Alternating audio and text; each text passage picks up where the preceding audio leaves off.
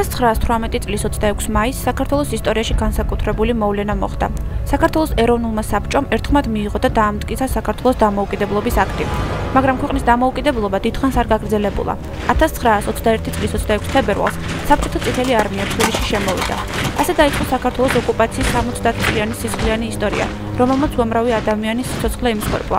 ამასთან ათასობით უდანაშაულო ადამიანი დააპატიმრეს და გადაასახლეს საბჭოთა გულაგებში. მიუხედავად ამდენი უსამართლო მსხვერპლისა, მთავარი დარტყმა, რაც საბჭოთა ოკუპაციამ ჩვენ ქვეყანას მიაყენა, ესაა ადამიანების დამონება. ერის იდენტიფიკაცია მოიცავს სამ ელემენტს: ენა, მამული, სარწმუნოება. სამივე წაართვეს ქართულ ხალხს. ენა რუსულმა შთანთქა, მამული ერთიან საბჭოთა იმპერიის ქვეშ გაერთიანდა. სარწმუნოება საბჭოთა ათეისტურმა იდეოლოგიამ ჩაანაცვლა. ადამიანებში მასობრივად ამოშალეს ეროვნული თვითშეგნება. კონტროლი და დასმენა იმდენად დიდი იყო, რომ მეზობელთა ნათქვამი სიტყვა შეიძლებოდა სიცოცხლის ფასად დასჯდომოდა ადამიანს. რიგითი მოქალაქეები, რომელთა მთავარი საზრუნავი იყო და არის ის, რომ არ შიოდეთ და არ სციოდეთ, დღემდე მისტერიან საბჭოთა ხელისუფლებას. იმის გამო, რომ მათ მხოლოდ რაღაც ერთი სახეობის მაკარონი და რუსული პეჩენი აქონდათ, ონკანში კი ცხელი წყალი მოდიოდა. სწორედ ეს არის აზროვნების დამონება, ადამიანის მისწრაფებების დაყვანა მხოლოდ ფიზიოლოგიურ, სიცოცხლისთვის აუცილებელ მოთხოვნილებებამდე.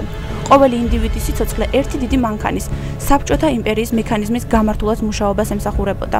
საბჭოთა შიზოფრენიული მმართველობის და ყველაფრის კონტროლის სურვილის არაერთი მაგალითის დასახელება შეიძლება. თუნდაც ის, რომ შალვა ნუცუბიძის მიერ ციხეში რუსულად ნათარგმნელ „ფყისტაოსანს“ თავად სტალინი უკეთებდა რედაქტირებას. ყველას ერთნაირი ტანსაცმელი ეცვა, ერთნაირ საყოფაცხოვრებო ნივთებს ყიდულობდნენ, ერთი და იმავე ადგილას ისვენებდნენ. არ იყო არჩევანის გაკეთების საშუალება, ხალხს უნდა მიეღო ის, რასაც ხელისუფლება იმეტებდა მათთვის. იმის გამო, რომ საბჭოთა ადამიანს საბჭოთა ღირებულებების გარდა არ უნდა ჰქონოდა სხვა რწმენა, ხელისუფლებამ დაიწყო რელიგიის დევნა. მათ მიზნად დაისახეს ხალხისთვის წაერთმიათ რელიგია. სხვა მხრივ მორწმუნე ადამიანი ვერ იქნებოდა საბჭოთა იდეოლოგიის გამტარებელი, დამსმენი და ხელისუფლების დირექტივების შემსრულებელი. მათ შექმნეს ახალი, პიროვნების კულტზე დაფუძნებული რწმენა. მიუხედავად იმისა, რომ საბჭოთა კავშირი უკვე 2 ათეული წელი აღარ არსებობს, საბჭოთა მენტალიტეტი იმდენად ძლიერი აღმოჩნდა, რომ დღემდე ვერ გათავისუფლდა საქართველო მისგან. თაობები დღემდე ვერ ამბობენ უარს წლების წინ დასამარებულ ღირებულებებზე.